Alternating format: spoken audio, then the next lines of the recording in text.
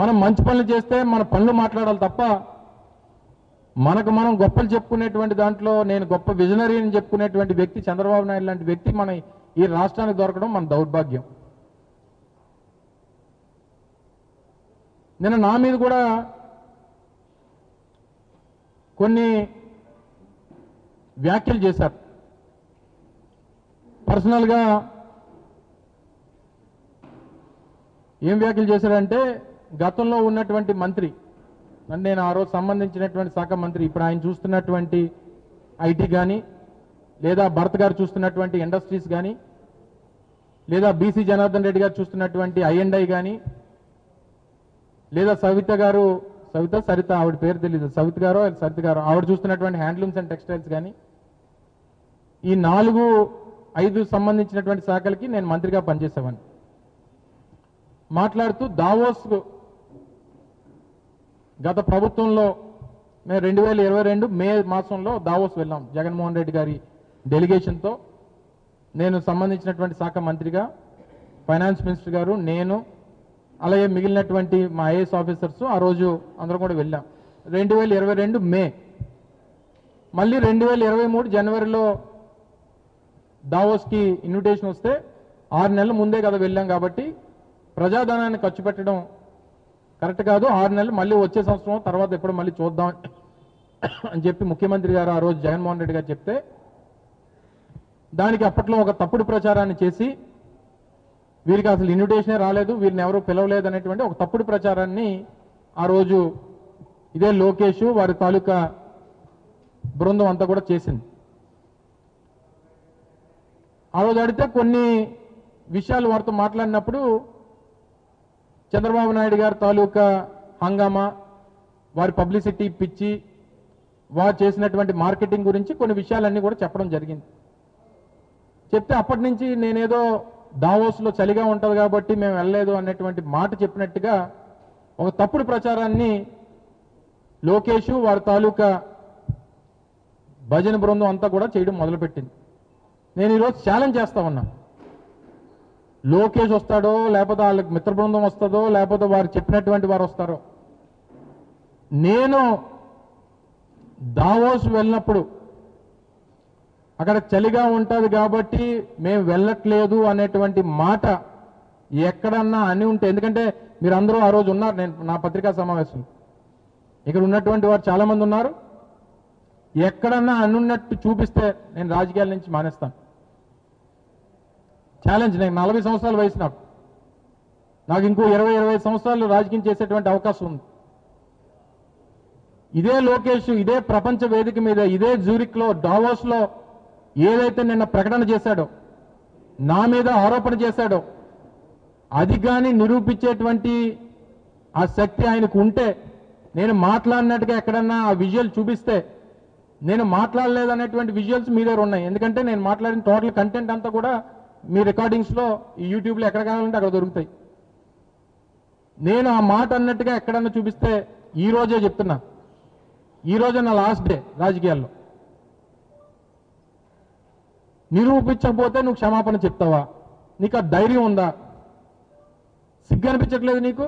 ఒక ముఖ్యమంత్రి కొడుకుగా ఉండి ఈ ఫేక్ న్యూస్ని, ఈ ఫేక్ వార్తల్ని, లేకపోతే ఈ కట్ కాపీ పేస్ట్ మెటీరియల్ని తీసుకుని వచ్చి తప్పుడు ప్రచారం చేసి నువ్వు దాన్ని రాజకీయంగా లబ్ధి పొందేటువంటి ప్రయత్నం చేస్తావా? సో వీటన్నిటి కూడా త్వరలోనే సమాధానాలు దొరుకుతాయి. మీరు చేసినటువంటి పాపాలు, మీరు చేస్తున్నటువంటి అన్యాయాలు, అక్రమాలు, ప్రజలకు చేస్తున్నటువంటి అన్యాయం అంతా కూడా ఈ 2 సంవత్సరాల్లో ప్రజలు తెలుసుకున్నారు. తప్పకుండా రానటువంటి కాలంలో వీటన్నిటికీ కూడా జవాబు ప్రజలు ఇస్తారనేటువంటి విషయాన్ని మరొకసారి సందర్భంగా తెలియజేసుకుంటూ, వెళ్ళిన పనిని చూసుకొని రావాలి. రాష్ట్రం కోసం, రాష్ట్ర భవిష్యత్తు కోసం, రాష్ట్ర అవసరాల కోసం మీరు వెళ్ళినటువంటి పనేంటి, మీరు చేస్తున్నటువంటి పనులేంటి? సో దయచేసి ఇప్పటికన్నా ఈ పనికిమాలిన మాటలు మానేసి, ఈ పనికిమాలిన ఈ ఆరోపణలు మానేసి, మీ గురించి మీరు డప్పు కొట్టుకోవడం మానేసి, మీ గురించి మీరు భజనలు చేసుకోవడం మానేసి, రాష్ట్ర అవసరాలు, రాష్ట్ర ప్రయోజనాలు, రాష్ట్ర పెట్టుబడుల గురించి బుర్రబెట్టమని చెప్పి మరొకసారి ఈ ప్రభుత్వ పెద్దల్ని మీ ద్వారా ఈ సందర్భంగా కోరుతా ఉన్నా. Thank you. ప్రచారం జరగట్లేదు కదా, జీవో ఇచ్చారు కదా, అదే చెప్తున్నాను కదా. అత్త సొమ్ము అల్లుడు దానం చేసినట్టు వీరికి కావాల్సినటువంటి సంస్థలకి, వీరు లోపాయికారిగా చేసుకున్నటువంటి ఒప్పందాలు చేసుకున్నటువంటి సంస్థలకి కారు చౌకగా లేదా ఉచితంగా మొన్న మా సోదరుడు ఉదయ్ అని అడిగినట్టున్నాడు ఆ ప్రశ్న. సార్ 99 పైసలకి ఇస్తానంటే మొత్తం 99 పైసలకి ఇస్తాను, ఏం చేస్తావు సార్ అని అడుగుతున్నాడు. అంటే ఎవరి సొమ్ము అది? అదేమి ఈరోజు రాష్ట్ర ప్రభుత్వంలోకి చంద్రబాబు నాయుడు గారు రాష్ట్ర ప్రభుత్వంలో ముఖ్యమంత్రిగా ఉంటే చంద్రబాబు నాయుడు గారికి ఈ రాష్ట్రంలో ఆస్తులన్నీ రాసిచ్చేసినట్టు కాదు, లేదా చంద్రబాబు నాయుడు గారి కొడుక్కి ఆ ఆస్తులన్నీ రాసిచ్చినట్టు కాదు. ఆయన ఎవరికి కావాలంటే వారికి దానం చేసుకోవడానికి. అది రాష్ట్ర ప్రజల తాలూకు సొత్తు, ఈ రాష్ట్రం ఈ పబ్లిక్ ప్రాపర్టీ, అది దానికి కస్టోడియన్గా ఉండాల్సినటువంటి అవసరం ఉంది. ఆ రోజు మేము వచ్చినప్పుడు దాన్ని నిబంధనలకు విరుద్ధంగా ఉందని చెప్పి రద్దు చేస్తే కోర్టు ఏమని ఆదేశించింది? నిబంధనలు ఏ రకంగా ఉంటే ఆ రకంగా దాన్ని అలొకేషన్ చేయండి అని చెప్పించింది. దాన్ని పాటించకుండా మన సొంత సంస్థ కాబట్టి మనం ఇచ్చేస్తామనంటే ఇచ్చేస్తే వాళ్ళు ఇచ్చేస్తారు, మేము వచ్చినప్పుడు మేము ఏం చేయాలి మేము చేస్తాం. అది మేము గతంలో మేము చెప్పాం కదా. ఏదన్నా అది నిబంధనలకు విరుద్ధంగా జరిగింది.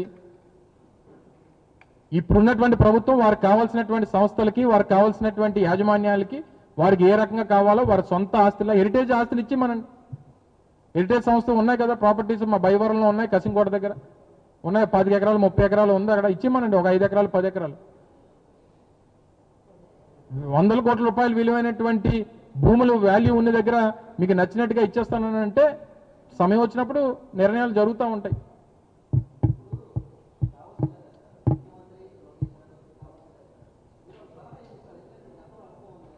నేను చెప్పాను, నువ్వు లేటుగా వస్తావు, నువ్వు రాకముందే చెప్పాను. నా ప్రజల తరపున మా తరపున మా సలహా ఏంటంటే, ప్రపంచ వేదికల మీదకి వెళ్ళినప్పుడు ఆ వేదికల మీదకి వెళ్ళినప్పుడు మనం చెప్పాల్సింది ఏంటంటే, మన రాష్ట్రంలో ఉన్నటువంటి అవకాశాలు, మన రాష్ట్రంలో ఉన్నటువంటి వనరులు, మన రాష్ట్రంలో ఉన్నటువంటి పాలసీసు, వీటన్నిటినీ కూడా ఆ ప్రపంచ వేదికల మీద మనం ఆ వేదిక మీద మాట్లాడినప్పుడు వాటిని అన్నింటినీ కూడా చెప్పి, మా ప్రాంతానికి వస్తే ఈ అవకాశాలు వస్తాయి, మీరు ఈ అడ్వాంటేజెస్ మీకు ఉంటాయి అనేటువంటి చెప్పి వారిని ఆకర్షించి ఆ పెట్టుబడులు తీసుకొచ్చేటువంటి ప్రయత్నం చేయాలి తప్ప వెళ్ళి జగన్మోహన్ రెడ్డి గారి కుటుంబం గురించి, లేదా ఆ గుడివాడ అమర్నాథ్ గురించి, లేకపోతే ఇక్కడ రెడ్ బుక్ గురించి, లేకపోతే మొన్న మీరు ఆడిచ్చిన రికార్డింగ్ డ్యాన్సుల గురించి చెప్తారా? చెప్పండి. పోనీ మీరు ఏది చెప్తే కరెక్ట్ అనిపిస్తే మేము దానికే ఒప్పుకుంటాం. సో మేము అడిగేది ఏంటంటే, ఒక రాష్ట్రంలో ఉన్నప్పుడు, ఎన్నికలు వచ్చినప్పుడు, లేదా రాజకీయ సవాలు పెట్టుకున్నప్పుడు రాష్ట్రంలో మాట్లాడండి. స్విట్జర్లాండ్ వెళ్ళి స్విట్జర్లాండ్లో మీరు వరల్డ్ ఎకనామిక్ ఫోరంలో పార్టిసిపేట్ చేసినప్పుడు మాట్లాడాల్సిన మాటలేంటివి? సో దయచేసి దాన్ని ఇప్పటికన్నా మీరు ఆ పరిస్థితులు మార్చుకొని ఏ వేదిక మీద ఏం మాట్లాడాలో కనీసం తెలుసుకోమని చెప్పి వారికి సూచన ఇస్తా ఉన్నాం. Thank you.